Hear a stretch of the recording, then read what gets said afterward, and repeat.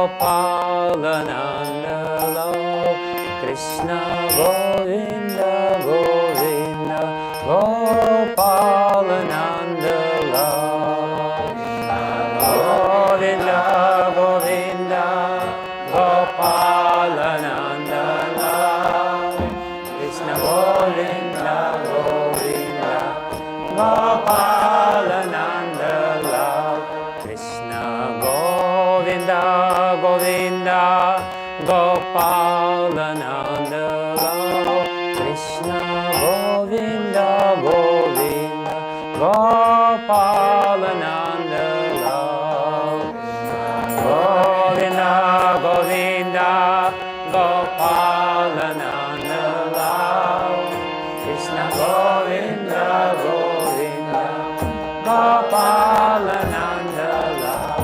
Gopalananda Lal, Gopalananda Lal, Gopalananda Lal, Gopalananda Lal,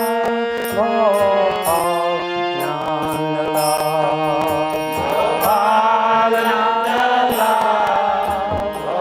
Gopalananda Lal, Gopalananda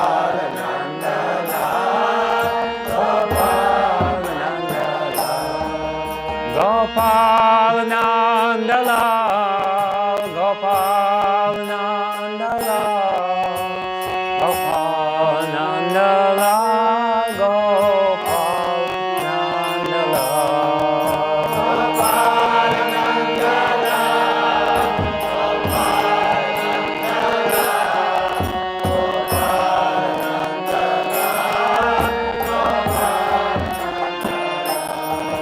Gopalananda Gopalananda Lal, Gopalananda Lal, Gopalananda Lal, Gopalananda Lal, Gopalananda Lal,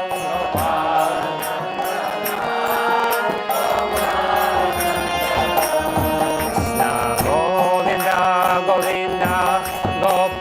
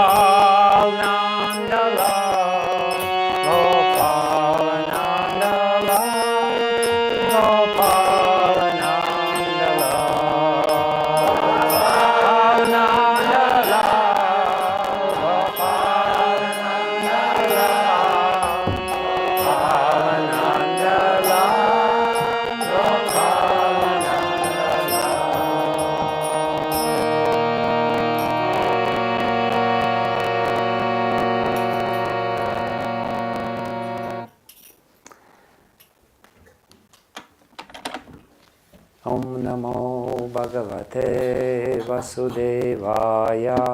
Om Namo Bhagavate Vasudevaya. Om Namo Bhagavate Vasudevaya.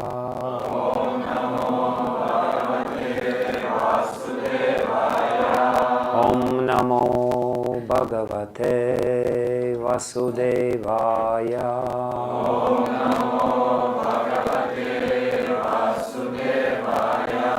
Janmadhyasya yatunvayati tarataschaर्थेष्वभिज्ञस्वरात् Teni Brahma Hridaya Adikavaye Muhyanti Yat Surayaha Tejo Varimridam Yatha Vinimayo Yatra Trisargam Risha Dhamnasvena Sada Nirasta Kuhakam Satyam Param Dhimahi Satyam Param Dhimahi Satyam Param Dhimahi Yam Pravrajantam Anupetam Apeta Krityam Dvaipayano Virahakatara Juhava Putreti Tanmayatayo Taravo Binedus Tam Sarva Bhuta Hridayam Munimanatosmi Narayanam Namaskritya Naram Cheva Narotamam Devim Saraswatim Vyasam Tato Jayamudiraet Nashtaprayesvabhadrishu Nityam Bhagavata Sevaya Bhagavati Uttama Shloke Bhaktir Bhavati Naistiki.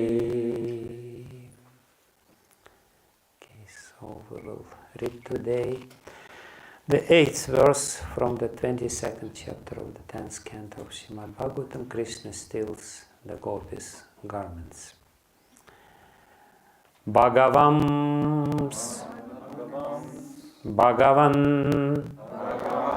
tat abhipretyam Krishna Yogeshvara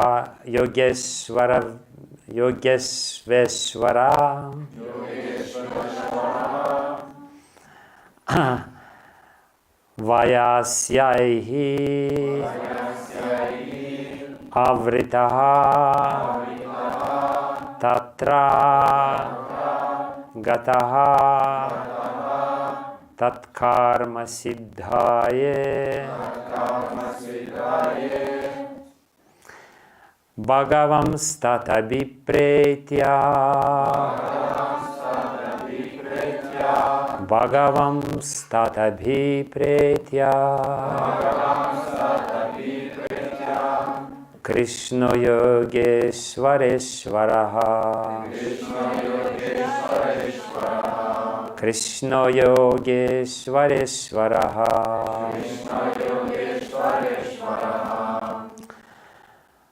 Vayasyair Avritastattra Vayasyair Avritastattra Gatastat Karma Siddhaye Gatastat Karma Siddhaye Karma.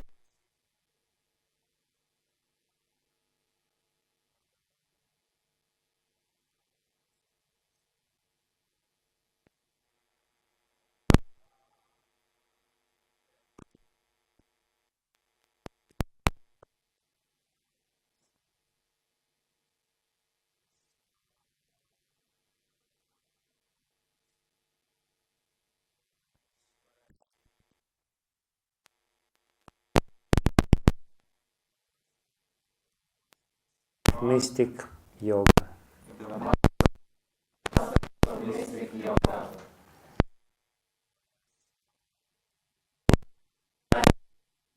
by young companions.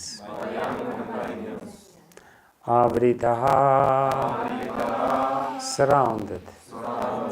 Tatra, there. Gataha, went. Tat, of those girls. Karma, the ritualistic activities. Siddhaye, for assuring the result. Translation. Lord Krishna, the Supreme Personality of Godhead and Master of all masters of mystic yoga, was aware of what the gopis were doing. And thus he went there, surrounded by his young companions, to award the gopis the perfection of their endeavor. Purport. As the master of all masters of mystic yoga, Lord Krishna could easily understand the desires of the gopis, and he could also fulfill them. The gopis, like all young girls from respectable families, consider the embarrassment of appearing naked before a young boy to be worse than giving up their lives.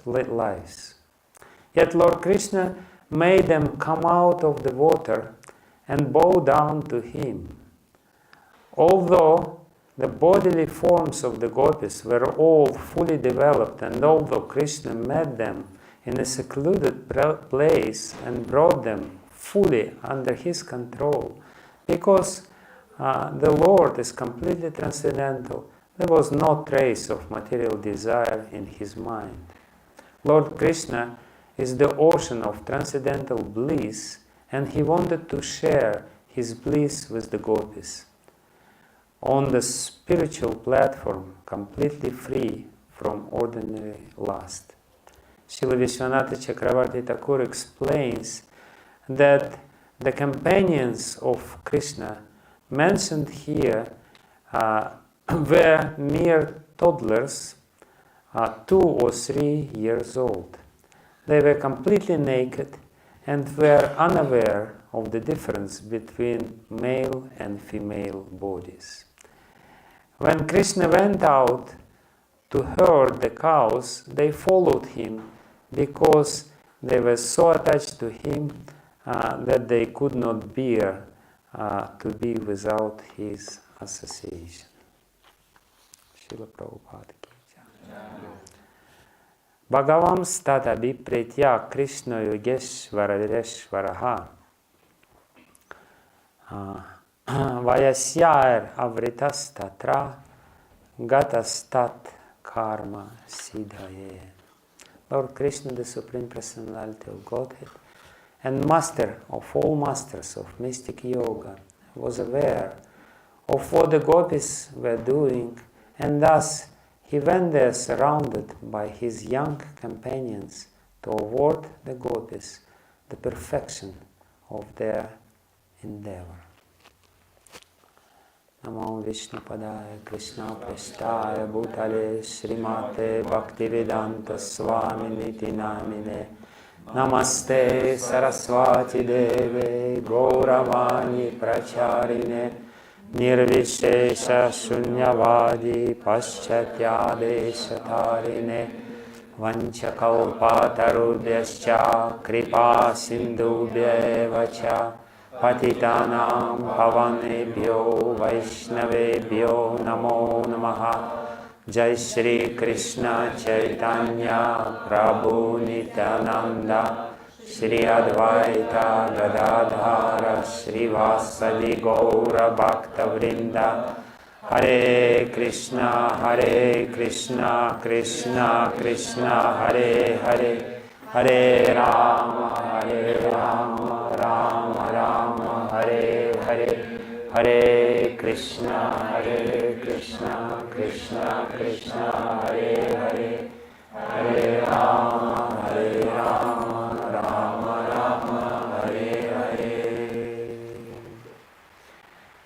pravishya mama vachimamam prasuptam sanjeevayata kila shakti darah svadhamnanyam shahasta charana shravana tvagadim pranannamo bhagavate purushaya tumyam svasyastu vishvasya kala prasidatam dayantu bhutani shivam mithodaya manascha badram bhajata kadokshaje aveshitam no matir apyahaitu kim.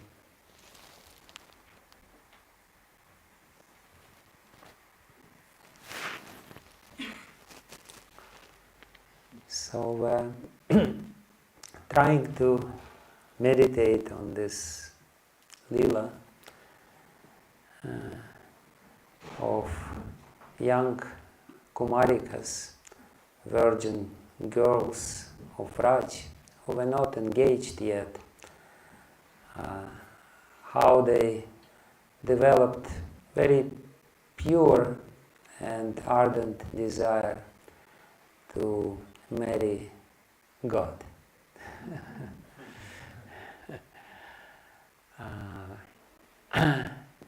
They didn't have anyone else in mind. They didn't want anyone. And for that, they ultimately found the solution. The lesson here is that if we really want to come closer to God, God Himself sends us somebody who will teach us how to become closer to Him. He reciprocates with our desire. Srila Bhaktivinoda Thakur explains that our contact with devotees is always a result of some sort of internal cry. When we are becoming desperate and we want to know some higher truths than the ordinary truths which are available, easily available in this world.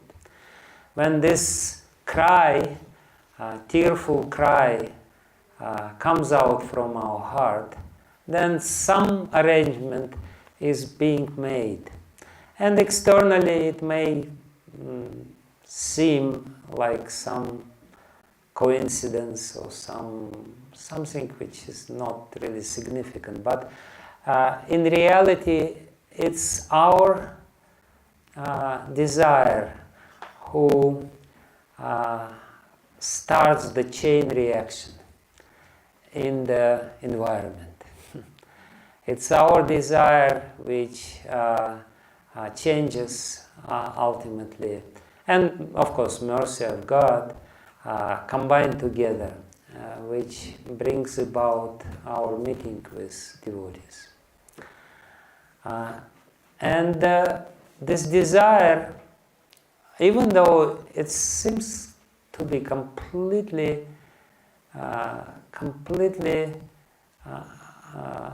how you say it, unfulfillable? I don't know if there is such a word in English. This desire, even though it's completely unrealistic and not even, it's impractical even, still, nevertheless, Krishna makes it possible, and He makes impossible possible because that's the definition of Krishna. Krishna is somebody who can do everything, even though it's completely impossible. And the greater desire is, the greater is the gap between our present situation and the condition which we are aspiring for, the more humble we become. It's the cause of our humility. When we understand that I am totally undeserving, I cannot really, have any hope for this. But nevertheless, I want it. And this gap makes us humble. And this gap, actually, and the humility, that's a very important question to be answered in this Lila. Why did this gopi worship Katyayani, who is supposedly a demigoddess. Of course, according to the Narada Pancharatra or other tantric literature, Katyayani is Yoga Maya, but they're young girls. They don't really understand the distinction between Yoga Maya, Mahamaya, and moreover, they're simple village girls. They probably never heard about Yoga Maya. They don't teach about this on Bhakti program. It's just elevated topic of some other Bhakti Vaibhava, Bhakti Vedanta.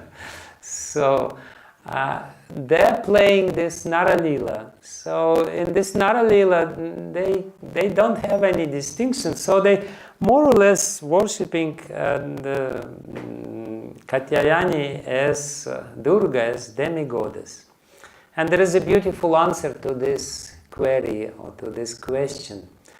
The beautiful answer to this, of course, internally they are great devotees of the Lord, and therefore they would not worship demigods for this purpose. But there is a reason why even great devotees sometimes worship demigods. Or, as a matter of fact, they can worship anyone. And this reason is their humility. Srila Rupa Goswami in Hamsadutta, he gives a beautiful verse where Lalita is speaking with Krishna through this swan messenger. And Lalita, speaking to Krishna, describes the condition of Radha, who is left by Krishna in separation. And Lalita, to explain the extent of her desperation, she says that, sometimes she goes to a sadhu. Because she knows that when sadhu says something, then it will be fulfilled. So she humbly asked the sadhu, please give me an advice how to bring Krishna back. Or sometimes she goes to a mystic who knows the art of incantations and the art of mystical mantras for attracting, and she is begging, please give me some mystical mantras so that I would bring Krishna back. Or sometimes she goes to some black magic people and she is asking them, can you give me some little potion so that I would give it somehow or other to Krishna and he will come back. Or sometimes she goes to goddess Parvati and she begs Parvati, please, dear goddess, make sure that he is coming back. So this is a description of the scale of their desire, the strength, the force of their desire, which make them ready to do anything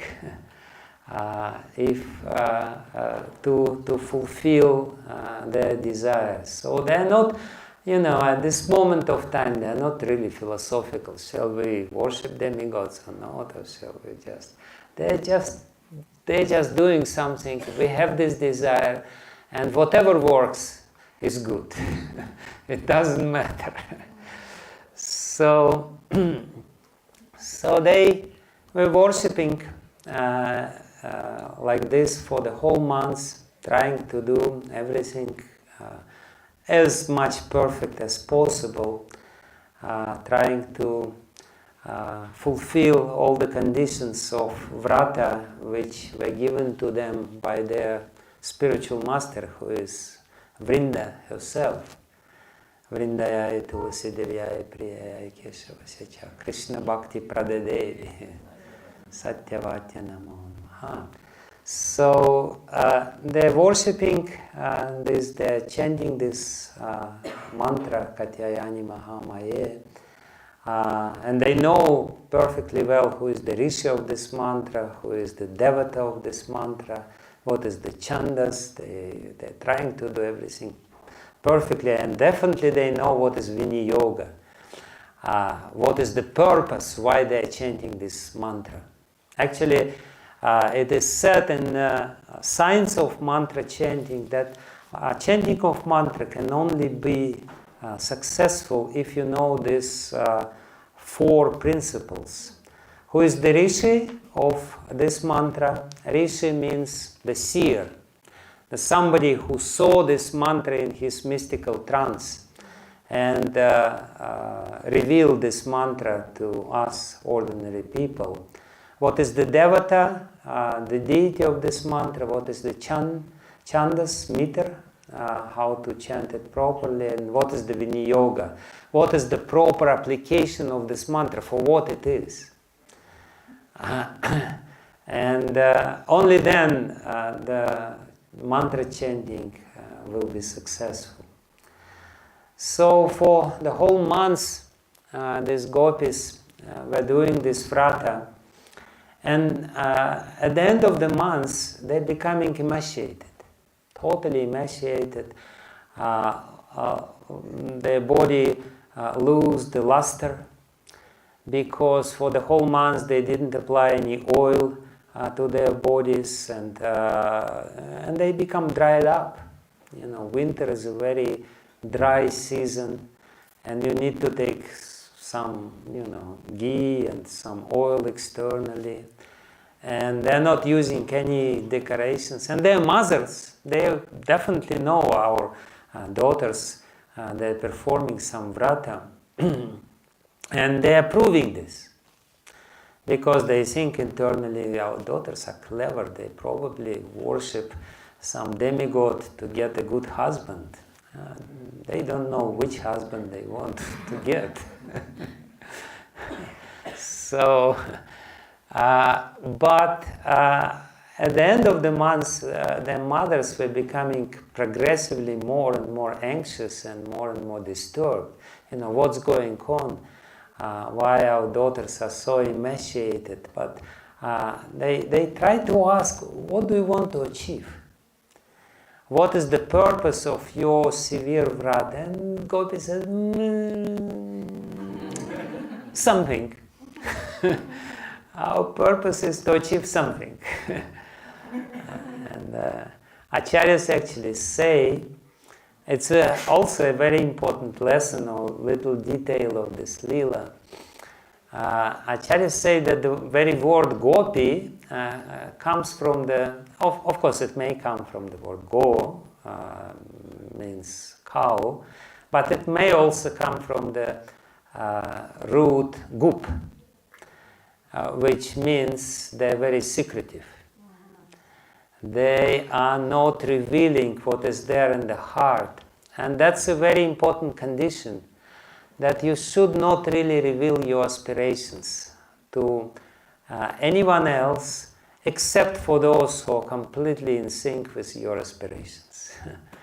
Because from them you cannot hide anyway. As Srila Jiva Goswami explained, that when they came together on the bank of Yamuna, they understood there is no point of hiding our feelings, because they're all the same. So they started pouring out what is the purpose. But from everyone else, it should be hidden. It should not be revealed, especially if your aspiration is so high. So they're doing this, and actually what will happen now, I'm, as you see, very hesitant to proceed with the Lila, so I'm kind of, going back to a more innocent part of the whole event, of the whole pastime. But what is very important for us to understand the meaning of this Lila, of course there are so many layers of the meaning, but Krishna is helping to bring their level of attachment to the higher stage. He is, it's like this, their raga is unripe yet. And we know when you take the fruit which is not ripe yet, then, sometimes it takes some endeavor to make it ripe, and, these people who are taking these green bananas in Ecuador. They're putting them in special boxes with, carbon dioxide to facilitate the ripening process. So exactly this thing is happening here. Krishna, who knows their desires and who knows their state of affairs, who knows their condition of their heart, he wants them to bring up, to come up to the higher stage of attachment. So actually this is what Srila Rupa Goswami explains in Ujjvala Nilamani when he says that that Purvaraga, as I said, the feeling which is described in this pastime is Purvaraga, and Purvaraga has 10 stages. The initial love, which is completely unfulfilled and completely, which doesn't have any even hope for meeting with the beloved, the love on a great distance, goes from stage to stage. It's not a static feeling, it's a feeling, as Prabhupada said, that Krishna is not static, he is ecstatic. So the feelings of the gopis are also not static, and this Purvaraga is not static. And Srila Rupa Goswami says that there are 10 stages of increasing this emotion. The first stage is delight of seeing, Nayana Pritihi. You see the object of your love and you're just amazed how beautiful he is. And then the next stage, the second stage, is Chinta Sangha. You start thinking, when shall I meet with him or with her? When this happen, when we meet together? And then the third stage is determination of making decision to do something about it. So initially you just like how he looks like or she looks like, and then you start thinking, how shall we meet? And then you start making plan, this is what shall we do? And then the next stage, natural stage of development, you lose your sleep because you just cannot do this. In Sanskrit, in case you're interested, it's called Nidra Cheda, when your sleep is completely shattered to pieces. You cannot just sleep. So then the fifth stage, waning away or losing weight. It's good for those who are overweight, but for those who are skinny, may not be so good. So that's exactly what the mothers of these girls started noticing, that they're getting more and more skinny and dry. And then the sixth stage is detachment from other pleasures. You cannot just relate to anything else. You just completely, fixed in your desire. And then the stage number 7 is the most important. Loss of shame. That's exactly what Krishna wants to achieve by this pastime. He wants them to ripen, that their raga would be ripened as soon as possible, and come to this 7th stage when they completely losing their shame, which is very natural and which is so difficult to lose. Especially for somebody who is from a cultured background. So, and then of course the 8th stage is madness, but we will not speak about this. We will not go into this extent. So,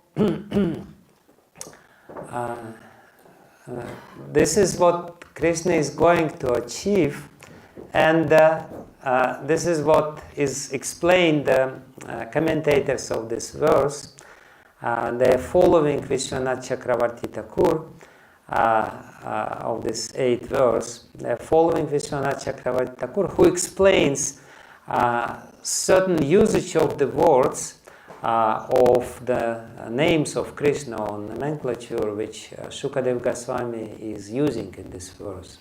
He says, Bhagavan, first of all, he is God. Please don't forget about this.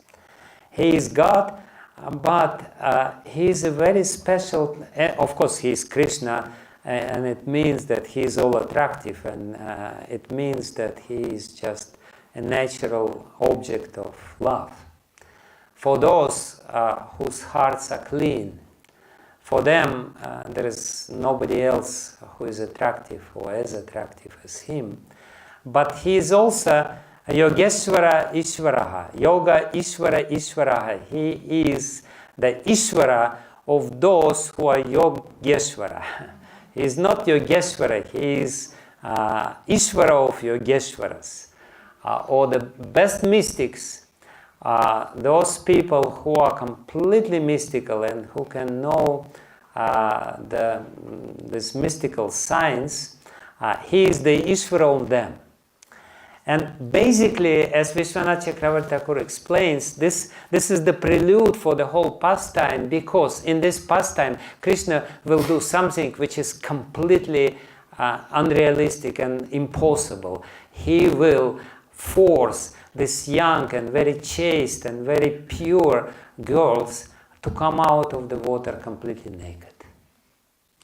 This is his mystical feat. This is his amazing miracle which he is going to perform. He is going, he is, as the commentators explained, that, not only this, first of all, of course, he will fulfill their desires, which are impossible. He will reciprocate with each and every one of them in a completely, appropriate way. And he will also, he will force them to more or less lose their shame, and he will also, after that, after exchanging the love, he will just say, you go your way and I will go my way. The time will come when we meet together, and this is not the time yet. So this is all the praise of Lord Krishna. He doesn't have any stupid ideas or any bodily conceptions. He just wants the exchange of love. And while achieving this purpose of his, he is completely satisfied. So what will happen? This happened on the last day of their vrat. For 30 days, for 29 days, they were worshipping goddess Katyayani. And as I said, every day their desire would become stronger and stronger and stronger, and their worship to the deities would become more and more elaborate, and they would become more and more into the whole process. And as you know, if you gave a certain vrata, and vrata, as I said, implies some austerity. You have to do something which is difficult.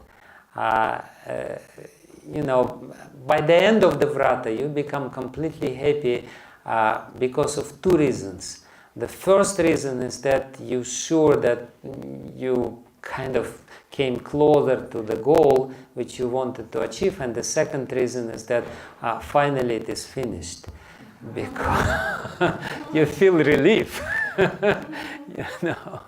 Because it's difficult. Vrata means you're doing something difficult. Vrata means you're doing something which you normally wouldn't do. And it helps you to concentrate your desire in one point. You become completely one-pointed.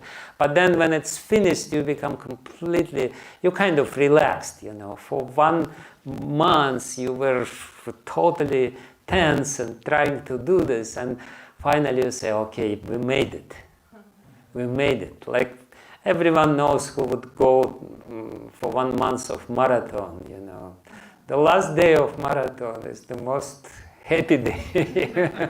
Finally, it's over. So, exactly the same feeling now is in the hearts of the gopis. Not only because of this, but also because in the night before, when they were performing their vratas, in the night before, goddess Katyayani came to each and every gopi in a dream. And the goddess said, oh, I'm very pleased to you.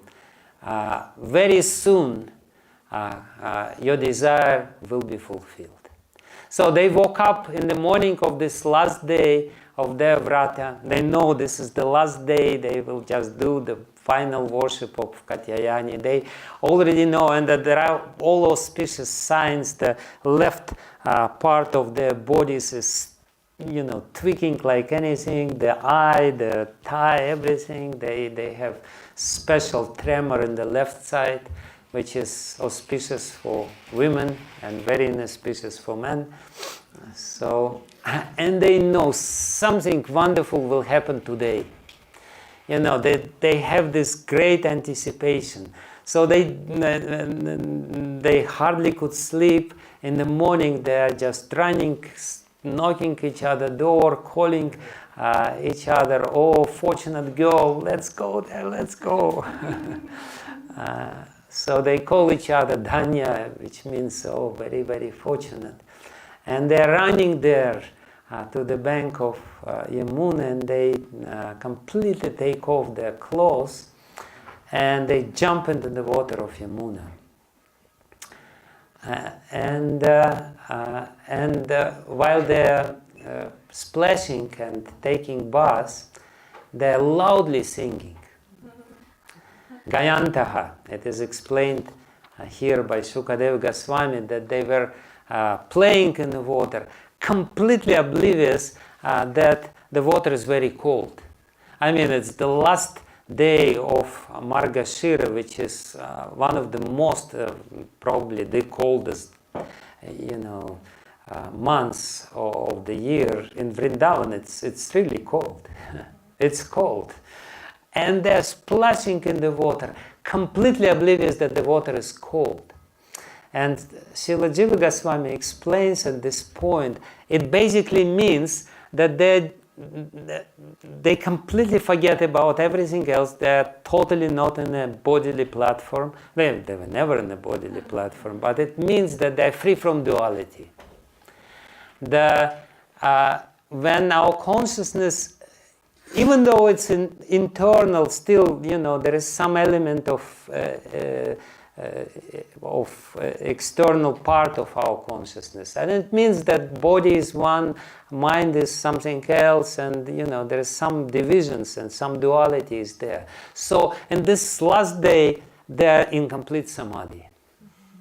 They don't understand anything. They're just splashing the water, and they know now we will worship this Katyayani, and our desires will be fulfilled. So at this very moment, Krishna is taking these friends of his and going to the bank of Yamuna, because he knows tat abhipretya, knowing their intentions, knowing what they want. Abhipretya, abhipraya means the intention. Because he is Bhagavan, he is the super soul, and he is Yogeshwara or Yogeshwareshwara. So he goes there, but what is the most amazing thing is that he takes with him his friends. And moreover, technically speaking, the word vayasya, which is used here, vayasyaihi, together with the friends, vayasya means the friends of the same age. So that's very strange because, he's going to perform some Shringar Lila, some Madhurya Lila, and if these friends were of the same age, it would completely destroy the rasa. It would be completely rasabas. It should not be there. It's not supposed to be there. It's completely against the rules of rasa. So therefore, different acharyas are trying to explain this in different ways. What does it really mean? Srinath Chakravarti says, actually Vayasya doesn't mean friends. Vayasya means he takes with him his good qualities. That's his attempt to reconcile this. He is going with his mystic powers and with everything else, and he goes there. But who was it? I believe Sanatana Goswami. He gives a better explanation. He quotes the verse from Gautamya Tantra. And in Gautamya Tantra, it is said that Krishna has, as every one of us, has 4 elements of his antahkarana. Chitta, buddhi, manas, ahankara, and chitta. This is 4 elements of or 4 functions of our consciousness. And in Gautamya Tantra it is said that these 4 elements of Krishna's consciousness take external form of his 4 friends. So these 4 friends, they are Dhamma, Sudama, Vasudama, and Kinkini. Kinkini and Vasudama. Dhamma is his intelligence, Sudama is his mind, and Kinkini is his ego, and Vasudama is his chitta. So basically what they want to say is that these friends of Krishna, they are not different from him. And to make sure that there is no rasabas in this lila, Vishwanath Chakravarti Thakur and others say they may be 4 years old. Vishwanath Chakravarti Thakur says 2 years old, not more than this. to really make sure that there is no rasabas. This is totally young friends, and they don't have any idea of what's going on. They just love Krishna. So they're going along with Krishna to this path of Yamuna, and Krishna is, kind of running more or less because he wants to be on time, and these boys, they are kind of behind, and they're always asking, Krishna, where are we going? Where are we going? Where are we going? And Krishna is just determined. He doesn't do any prajalpa with them. He just goes straight there and just says that, you will know. So the gopis are splashing in the water, they're playing in the water, completely oblivious of everything else. Krishna comes closer to Yamuna, he sees this beautiful scene, and he says to his friends, because these friends were always, they like little children, they were always talking something. They were very talkative. Krishna looks at them very sternly,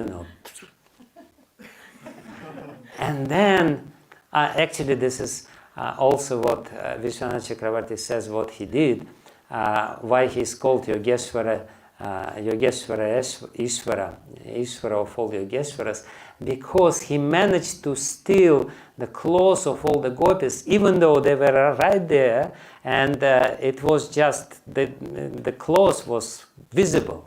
Krishna somehow or other, he was a trained thief.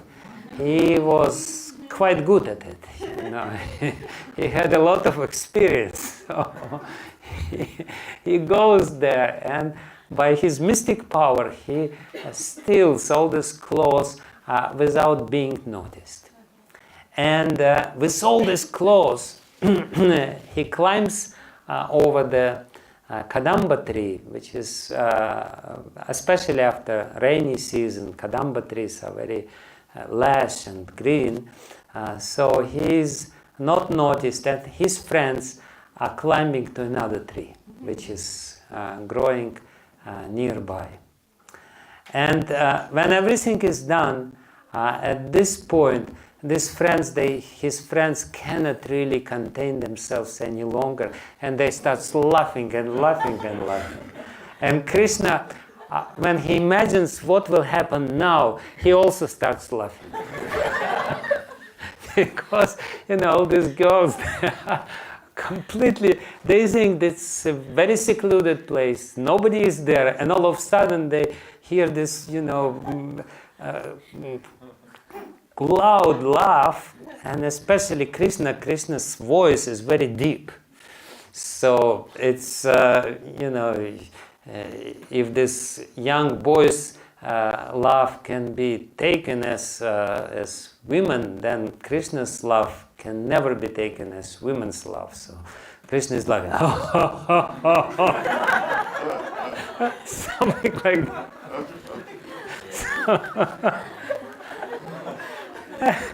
When gopi hear this, they become completely, what happened? And they don't know the source of this love, because Krishna is hidden there on the branches of this tree, and they're standing there. Who is there? What male is here? Who is there? He will see us. So immediately after that, when this happened, they just, before that they were splashing and they were all quite, exposed, so to speak, but immediately they go down, and only their faces are sticking out of the water. So all of a sudden you see this scene, there is Yamuna river, and so many faces are sticking out of the water, and all the faces, they are completely, afraid, and at the same time angry, and at the same time there is some happiness, and then Krishna comes out in a very, majestic way. He comes out and says, "Oh, what are you doing here?" And they, of course, they recognize his voice. They knew it's Krishna. So, as Srila Jiva Goswami explains, that the faces, the heads of the gopis were like the golden lotuses. The whole Yamuna was covered by these golden, beautiful lotuses, and eyes of Krishna became like bumblebees who are just running to these lotuses and buzzing around these lotuses, and Krishna is looking at them. And each of them is so beautiful, so unbelievably beautiful with big eyes.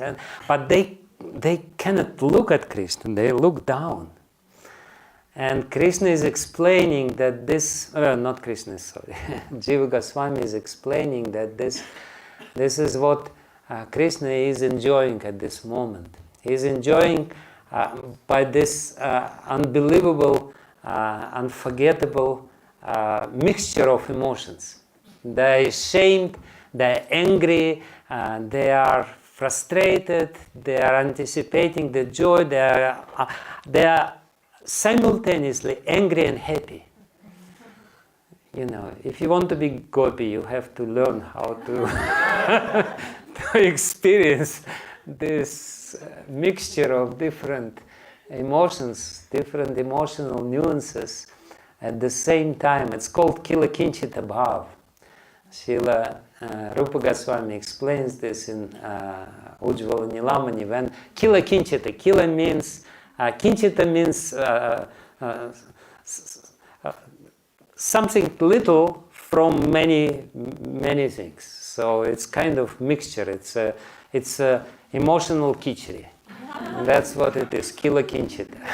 So when so many different emotions, contradictory, totally, completely contradictory emotions are together, and they are expressed in the faces of gopi who couldn't look at Krishna because they're so ashamed, and at the same time they deep down inside their heart they know Krishna is reciprocating with us. He is coming forward, and actually they at this moment they think, it's not only we who are attached to Krishna, Krishna is also attached to us.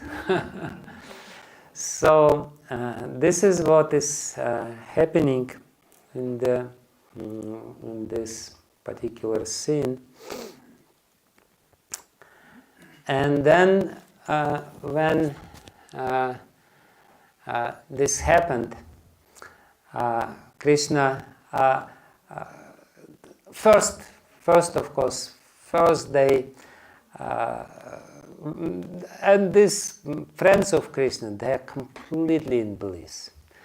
They see this, they don't understand anything, but they're just laughing, like only small children can laugh. So they're laughing and laughing and laughing. And these gopis, because they're too ashamed to speak directly with Krishna at this moment of time, so they started chastising these little boys. They're saying, you're laughing now. We will see what you will do when we will tell what you are doing in your free time to your parents. When this event will be known to your parents, we will see how you will laugh. And these boys, as Srila Jiva Goswami says, the boys were very nicely trained by Krishna. So therefore, when they heard this chastisement from the gopis, they say, our dear girls, we just see we're small boys. And we don't know what is good, what is bad. We just came here to learn from you. And already by your behavior we learn so much what is good, what is bad. So thank you very much for your lessons. And gopis became a little embarrassed because they know that they were doing something which was not so appropriate. So, and they were retorting back to these boys. They were saying to these boys that, let me see, I just want to get it right.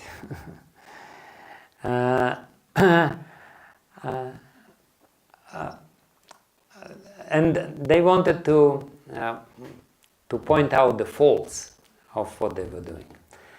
And they said, of course, you came here to learn from us, but we know who is your real teacher. And you are definitely good disciples of your teacher. And probably because you learned from him so nicely the art of stealing, while when you will go back to the village, you will probably practice this art, right? So this is how they answering them. And the little boys, they completely composed. They are not going to lose too easily. And they say, actually, and they say, you as real thieves, you're hiding somewhere in a tree, as should have been expected. The thief, he steals something and then he's going into hiding. And the boys, they're answering, actually, we are not stealing anything, we're just hiding because when we came to Yamuna, we saw so many crocodiles here.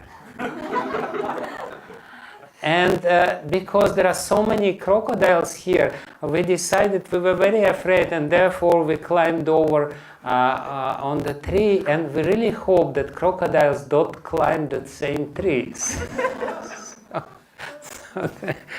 So that's going on. And then Krishna understands that he has to come to help his friends, and then he has to really, bring gopis to another level of interaction. And he starts speaking from the branch openly. He said, there is a very strange thing. I was herding cows nearby. And then I saw this kadamba tree, and it's a very strange kadamba tree because I saw that there are so many colorful fruits and flowers in this kadamba tree, but when I came closer, I wanted to discover what's happening. And then when I came closer to this kadamba tree, I saw that there are so many saris which are hanging from this kadamba tree. Do you know by any chance how did these saris end up on this kadamba tree? And gopis, they became really angry. At this point, they became angry, and they look at Krishna with their eyes burning with anger, and they say, you think we are fools? Saris cannot climb over kadamba tree.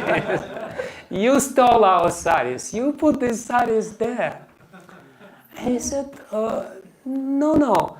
Actually, I did see that so many clothes are, laying on the bank, and I decided to guard this clothes because who knows, maybe some thieves will come.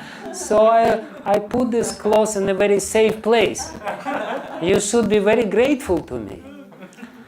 And these gopis say, it's our clothes.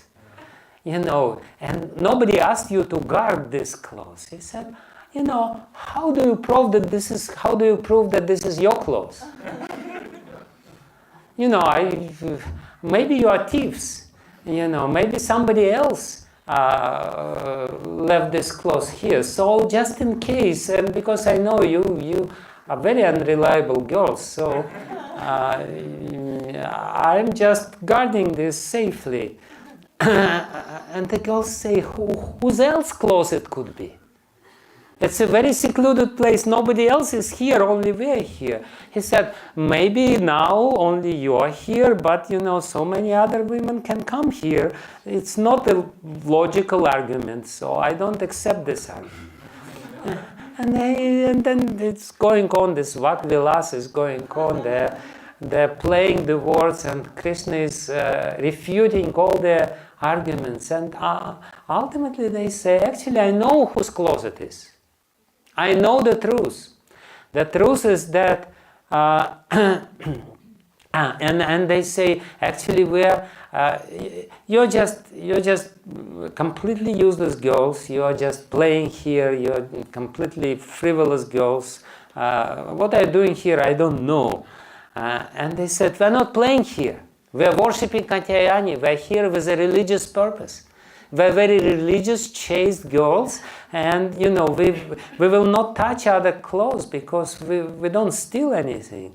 Krishna says, oh, you're worshipping Katyayani. And they say, we worship Katyayani on this kadamba tree. Krishna says, oh, really, you're worshipping Durga Devi on this kadamba tree. Actually, now I understood whose clothes it is. It's the clothes of demigoddesses who come here to worship Katyayani. This is a very sacred tree. Yes, you're right. And they put this cloth here. Now I know. They said, demigoddesses, why they're doing this? We are here. Krishna says, no. We'll wait till the night and see if demigoddesses come here, because they come at night. And then, if they don't come, then I will give you clothes back. So he's playing with them, and they're playing with him. And the more he speaks, the more their hearts melts, because they understand Krishna loves us. Krishna is coming here. And they're still insisting. They're still saying, you have to give us this clothes back. This is our clothes. Krishna says, if it's your clothes, it's no problem. You just come one by one, and I will figure out. And of course, you will have to pay me little money for guarding this clothes nicely. In Vrindavan, in the temple, before the temple, in front of the temple, there is somebody who is sitting there, and if you leave the shoes, he is there with the stick. And when you leave the temple, you have to give him something. So Krishna says, I guarded this clothes, so you will have to pay me some remuneration for this. And then Krishna says, actually, Krishna starts speaking to the boys. Actually, you know what, my dear boys? I really understood what's going on. These girls who don't want to come out of water, they're not naked.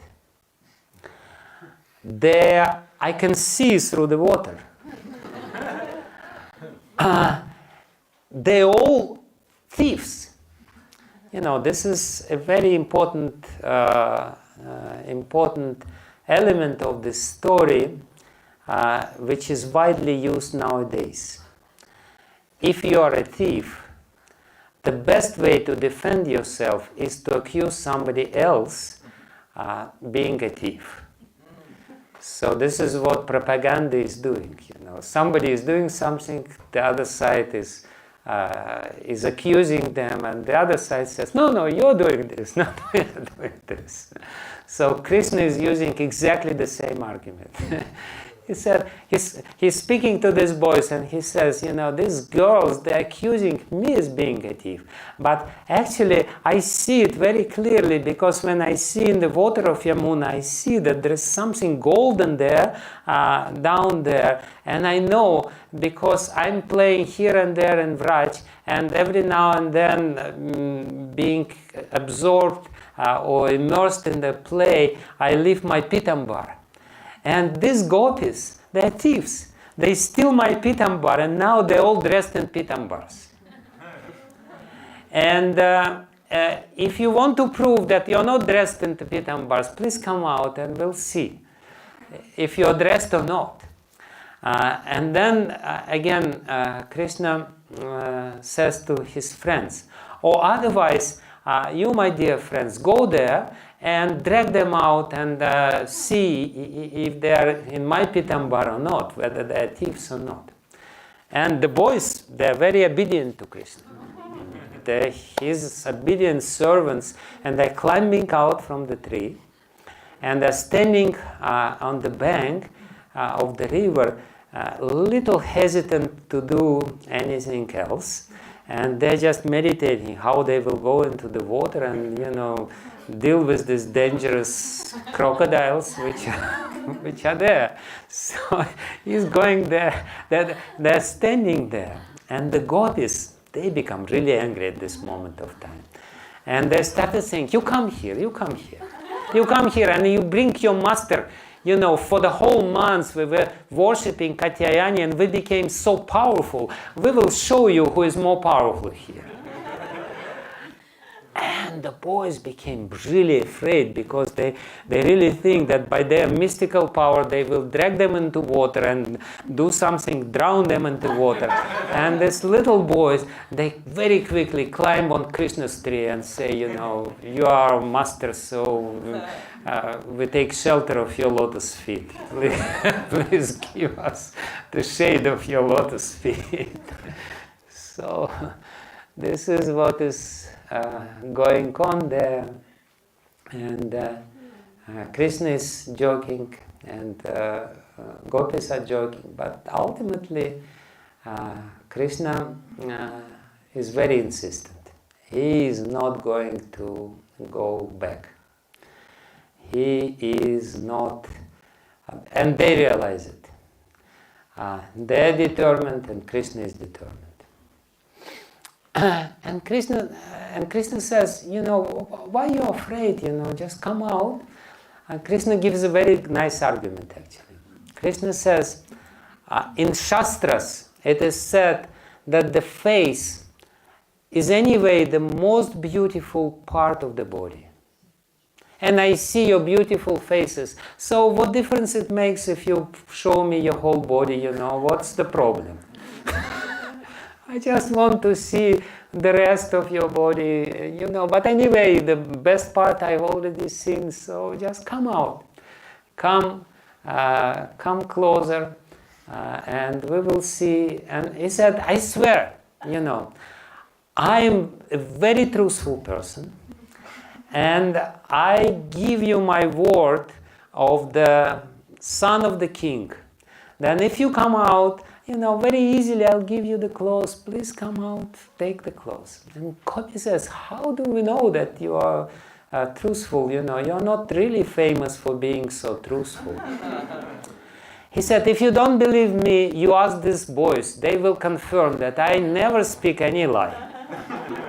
As far as I'm concerned, I never remember myself even once speaking a lie. Doesn't sound familiar? When we think about ourselves, as far as I'm concerned, I never was wrong in my life. So, Krishna says the same thing. As far as I'm concerned, I never spoke any lie in my life. And anyway, he says, if you don't believe me, you just send one girl who is less important among all of you, and let's see how I deal with her. And if I deal with her fairly, then every one of you, what difference does it make? You just try, make an experiment. And and then at this point of time, the gopis started looking at each other, and they were saying, looking at each other and saying, oh, fortunate girl, Krishna wants you to come out.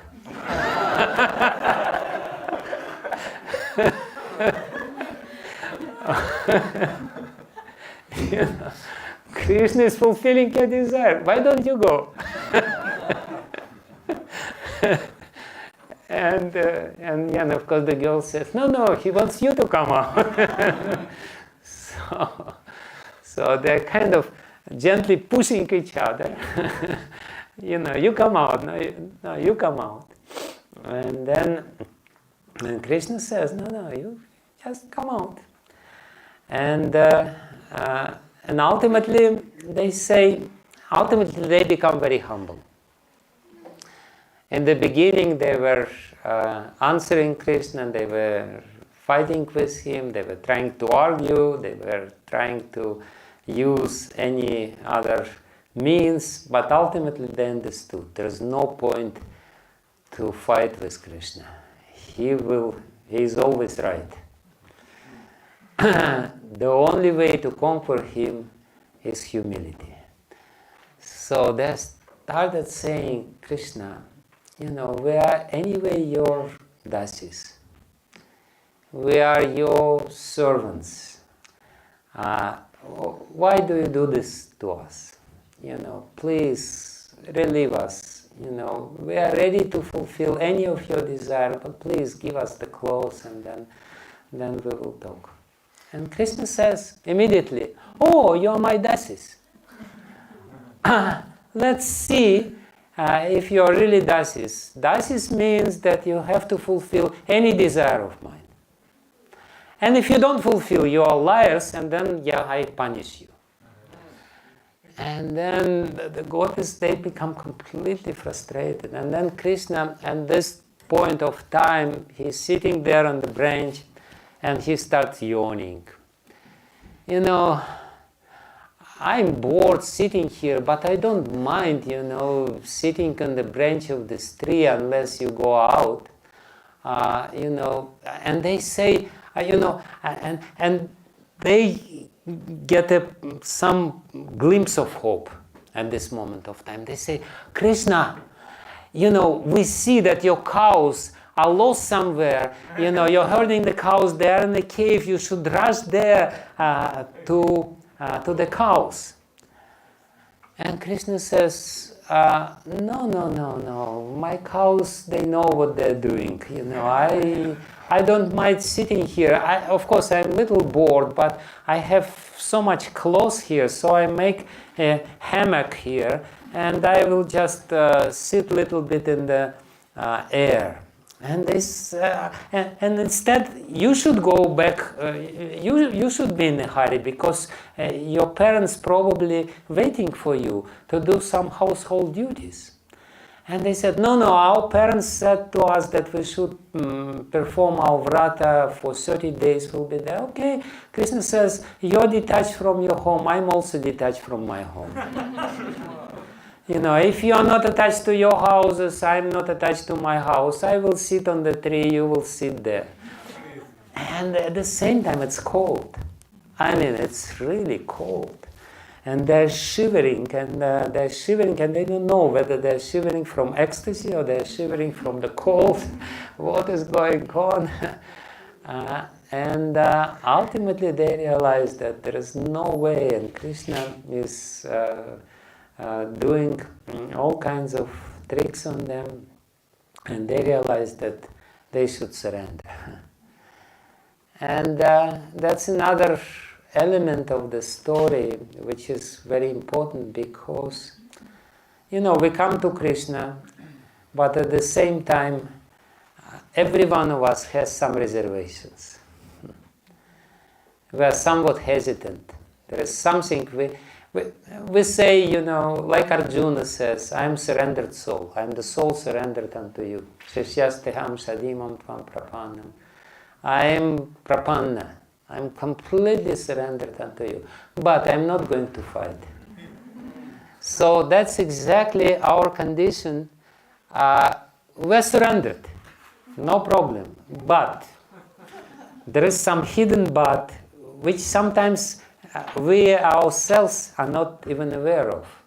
What we don't want to surrender. We are ready to surrender something, which we don't need anyway. Like some people, they surrender their prospect of marriage life, but because they don't want it anyway. So usually we surrender to Krishna, or we give to Krishna something which we don't really need. But always there is something hidden deep inside our heart which we don't want to surrender, which we are not ready to surrender. So, and Krishna knows this. And we argue with Krishna. Krishna, why do you need this? I already surrendered so much. I am already Devi Dasi or Das. I already your servant. I did so much for you. Why don't you accept me with little something in my heart which I am not giving to you? Krishna is saying, no, let's see whether you will be able to surrender completely.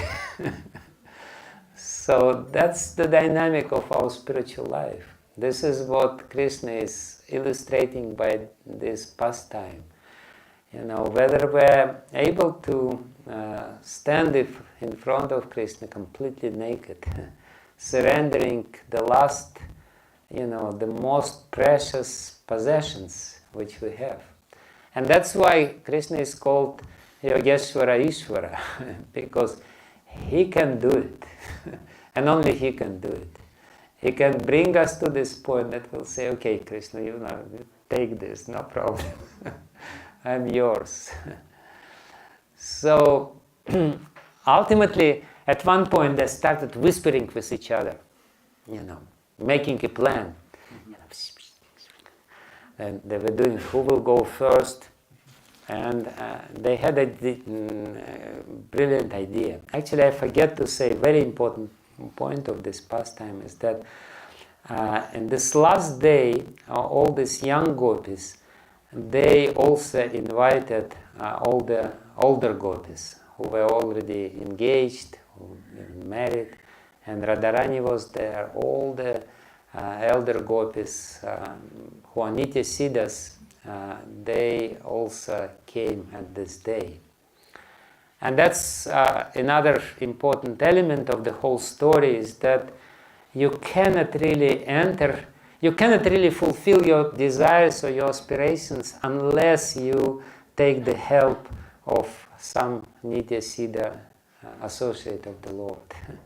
You have to invite him, you have to make him a part of your vow and ask him for help. So all these different gopis of different ages, they are there, and ultimately they designed a very beautiful plan. That in front they put the youngest gopi, who is the most innocent.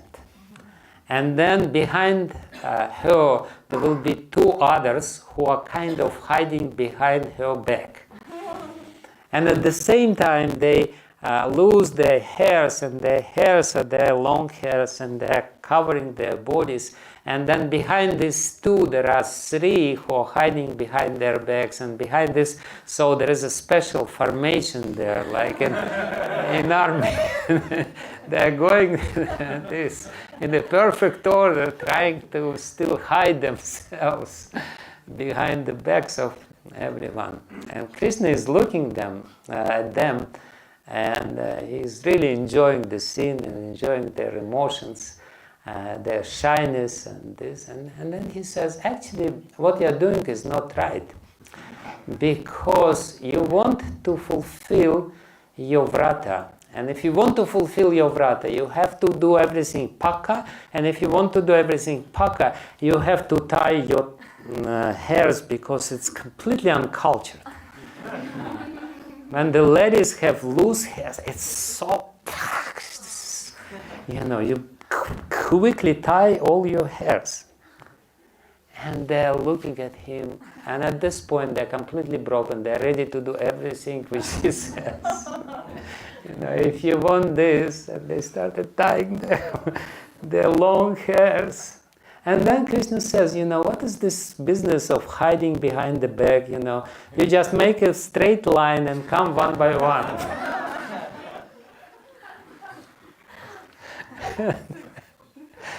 And they're doing everything which he says. And then he says, but at the same time they're having a special mudra like this. And then Krishna says, no, this... we are worshipping, and worship implies proper mudras. Your mudras should be like this. You should make pranam to me. So he's doing this, and ultimately he's completely satisfied with them. He sees how beautiful they are, and how surrendered they are, and how completely pure they are. He sees their purity, and he enjoys their purity. And they're becoming even more humble than before. He gives them clothes, and they started taking on the clothes. And Krishna says, okay, my dear girls, you wanted something, I fulfilled your desire. Actually, according to the Vedic traditions, the girl can become naked only in front of her husband. So you wanted me to become your husband? Okay, I fulfilled your desires. Your vrata can be considered successful, but it's not time yet. So Krishna gives them benediction that sometime in the future there will be nights when we will meet together. And by giving them this promise, he lives. And actually even before that, before when the gopis started coming out, the friends of Krishna, they said, okay, let's go somewhere else. And they leave the place. And Krishna gives this promise. And it is said in Srimad Bhagavatam, Sukadeva Goswami explains that after hearing this promise, gopis, they were completely mad before. They were completely in love with Krishna before. But after that, they lost their consciousness. They were completely absorbed in thinking about Krishna. They could only see him in everywhere. So he helped them to bring their love for him on another level. And he left, and they went to Vraj, thinking, how fortunate they were, and what happened with them on this last day of their vrata. Okay, thank you very much. Hare Krishna. So, I guess there is no question. It's, you know what to do now. There is a process, and Krishna reciprocates with us. And actually, I will read one more verse, beautiful verse from this. It's perhaps the most important verse.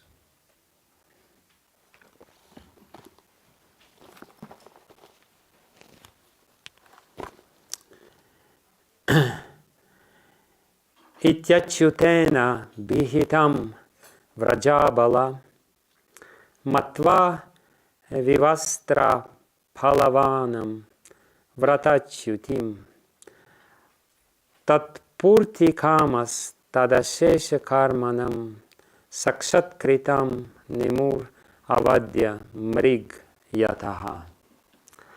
So Shukadeva Goswami explains by the end of this Lila, thus the young girls of Vrindavana, considering what Lord Achyuta had told them, accepted that they had suffered a fall. That they had suffered a fall down from their vow by bathing naked in the river, but they still desired successfully. This is just 1 second.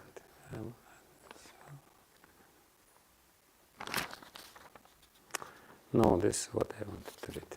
The other one, 22nd verse. Dridham pralabdhas trapayacha hapitach prastobhitach kridama vachcha karitaha vastrani chaiva pachritany athatpyamum ta nabhyasuyan priya sanga nivritaha. Translation: although the gopis had been thoroughly cheated, deprived of their modesty, ridiculed, and made to act just like toy dolls, and although their clothing had been stolen, they did not feel at all inimical towards Sri Krishna. Rather, they were simply joyful to have this opportunity to associate with their beloved. So that's the essence of this Lila. Ashlishya padaratam pinashtamam adarshanam marmahatam karotu yatha tathava vidatapi lampatona prananathas tusayevana. This is what Krishna is doing. They were cheated. They were deprived of their modesty. They were made like to act like dolls. Their clothes was stolen, but still they were in love with Krishna. So that's real love. Everything else is just imitation. Okay, thank you very much, Hare Krishna.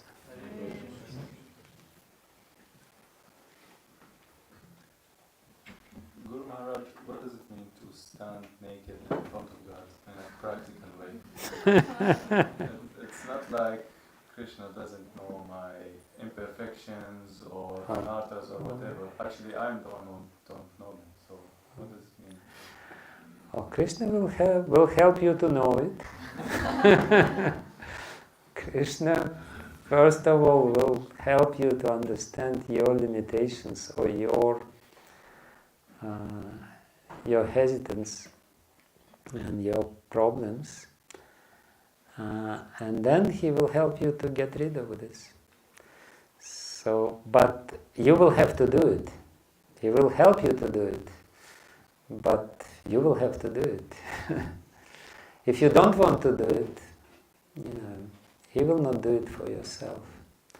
So first he will explain to you or reveal to you or show to you where is your blind spot, and then he will help you to get rid of it. And you will argue like anything. Not this, please. So is it bona fide to ask Krishna, help me to surrender? Don't do it.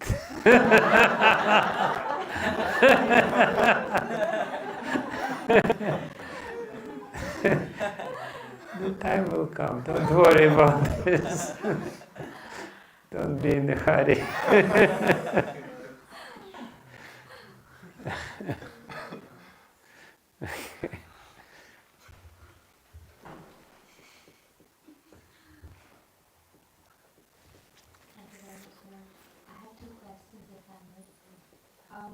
One is relating to the beginning of your description, and you described how in our tradition or in our culture of devotional service, there is this aspect of keeping our aspirations secretive. And I find it very interesting because sometimes in our society of devotees, we do aspire, and that is reflected in the way we do things or in our interaction with devotees. So why is being secretive so important? Because when you show it off, there is a great possibility of some pride to sneak in, and the pride will poison your aspirations. We should be very secretive because that's the humility. And also Vishwanath Chakravarti Thakur gives a very beautiful metaphor or comparison to understand this. He says, love is like a little ghee lamp. And if the ghee lamp is hidden, if it's in a room, then it will burn very steadily. But as soon as you take this ghee lamp out of the room and place it on the threshold or on the doorsteps, then the wind starts blowing, and ultimately it will extinguish the ghee lamp. So he says, love is exactly like this. As soon as you bring it out, it will be extinguished by the winds which are blowing there. So you should hide it in a protected place within yourself. And therefore it's not a proper etiquette even to so much speak about these pastimes. There is an important reason about this. So therefore our conservative attitude which we have is actually bona fide. But every now and then, once every 17 years we can do it. Last time I was here 17 years back.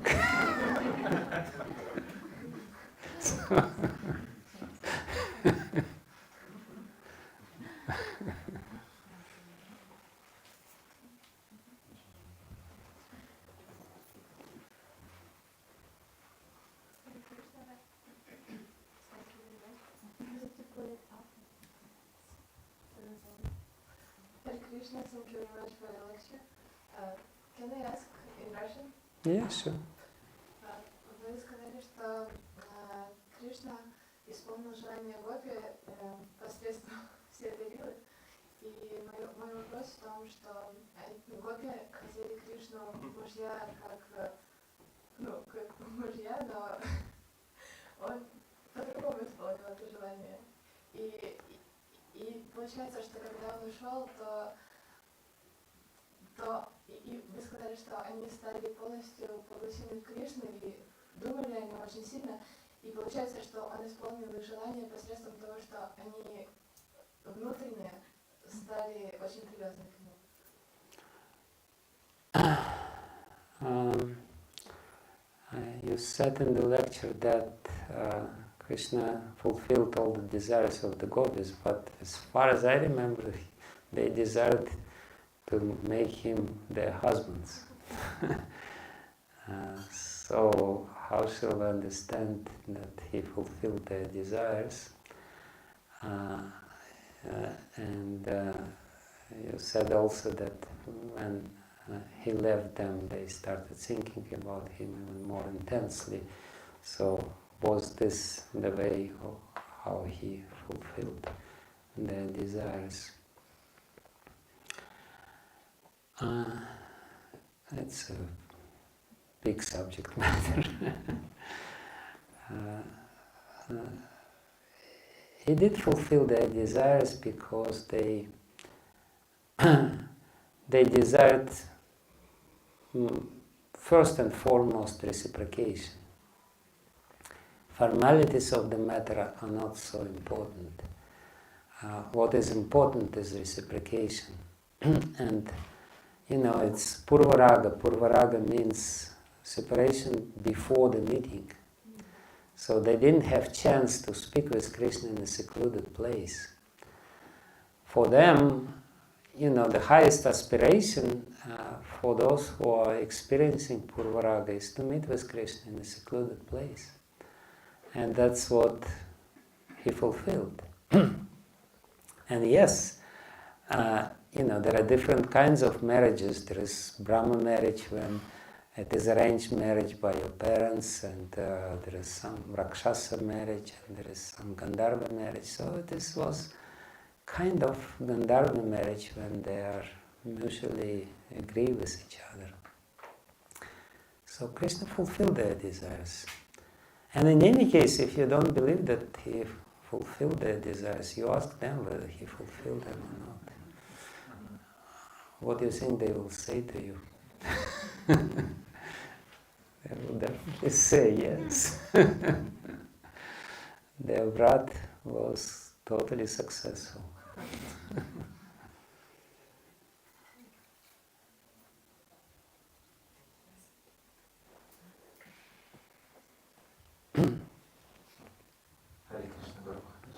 I was reading recently this chapter in Srimad Bhagavatam, and in one purport, one verse, it is stated that there were three prominent emotions in Gopi's heart during this Lila. One was they were very jubilant, very happy because Krishna accepted them. Second, they felt some shyness, some embarrassment. And third one, they were ready and eager to fulfill all Krishna's desire. And I was thinking that it is quite a romantic mix of emotions which was in their heart. And now I was listening to all these jokes which you mentioned between Krishna and Gopi, and I'm wondering if these jokes, they were telling them to each other in romantic way or in friendly way, because it looked like they were talking to each other like children who's joking, or there was some romantic way, because the same joke, the same word can be spoken in different mood, and maybe you can a little bit clarify. I'm not a big expert in romantic affairs.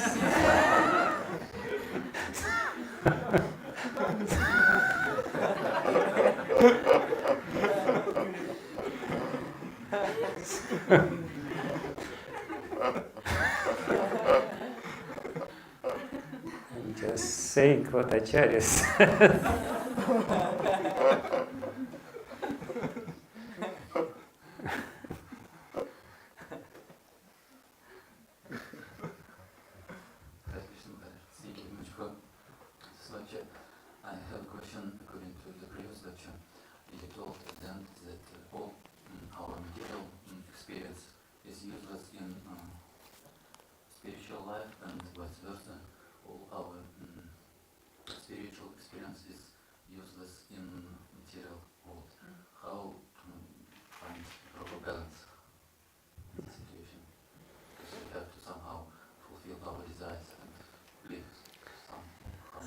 we see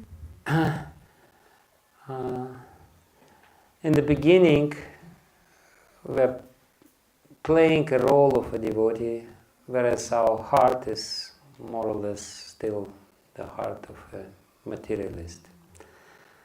But at the end, we should play the role of a materialist, but our heart should be the heart of a devotee. So externally we're playing a role, and we should try to play this role as nicely as possible. That's the instruction of Chaitanya Mahaprabhu to Rupa and Sanatana Goswami. You hide your real heart content from others by perfectly fulfilling your duties, but you at the same time you understand that this is the role and your inner aspirations are different. So that's the balance. You know, we're playing a role, but our real life is hidden internally.